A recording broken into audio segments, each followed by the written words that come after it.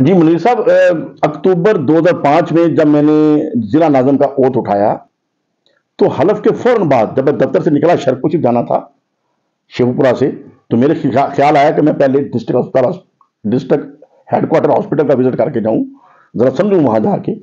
تو میں نے سیدھا گاڑی اس طرف ٹرن کر لی اور وہاں ایم ایس صاحب نے بڑا پرتپاک استقبال کیا. پھر ہم نے ای ڈی او ہیلتھ کو وہاں انوائٹ کر لیا.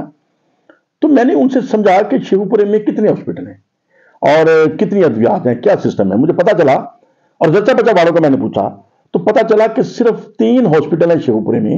ایک ڈی ایچ کیو شیوپورا، ایک ٹی ایچ کیو مرید کے، ایک رورل ہیلتھ سینٹر شرپور، جن میں زچہ بچہ واڑے ہیں. میں نے کہا اس کے علاوہ، انہوں نے کہا نہیں اس کے علاوہ کسی کے پاس نہیں ہے. میں نے کہا ٹوٹل ہاسپٹل کتنے ہیں، انہوں نے کہا اس کے علاوہ 65 بی ایچ یو ہیں. اچھا مجھے بڑی حیرت ہوئی، یہ تقریباً 70 کے قریب ہاسپٹل ٹوٹل بن جاتے تھے. بھائی باقیوں میں زچہ بچہ واڑے کیوں نہیں ہے؟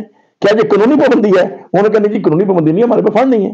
میں کہا ہاتھوں کی فنڈ، جب میں آج ضلع ناظم بن چکا ہوں اور میں پریورٹی پہ آپ ہیلتھ کو پریورٹی دوں گا، کیونکہ جتنے امیر لوگ ہیں وہ تو پرائیویٹ اسپتال میں چلے جاتے ہیں اور غریب آدمی ہی سرکاری اسپتال میں آتا ہے. تو یہ غریب آدمی اپنے بیٹے کو لے کے آیا، اپنی بیوی کو لے کے آیا، اپنے باپ کو لے کے آیا، تو یہاں آپ کے پاس دوائیاں نہ ہو، چیزیں نہ ہو، تو یہ تو چیز ٹھیک نہیں ہے. سب سے پہلے ہم ہیلتھ کو پریورٹی دیں گے. تو آپ یہ تمام ہسپتالوں کے اندر یہ کھولیں. تو اللہ کے فضل و کرم سے ہم نے 65 کے 65 ہاسپٹل کے اندر زچہ بچہ واڑے کھولی اور تمام ہسپتال میں دوائیاں فری قرار دی کہ جو سرکاری اسپتال میں آ جائے گا علاج کرانے کے لیے، ایم ایس اس کو دوائی کی پرچی نہیں دے گا بلکہ دوائی دے گا. اور یہ چیز میاں جلیل شرپوری نے 2005 2006 2007 جب میں ضلع ناظم رہا اس کو ہم نے انشور کیا.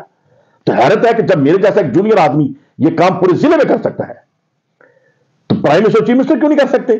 کیونکہ ان کی توجہ ان چیزوں کی طرف نہیں ہے.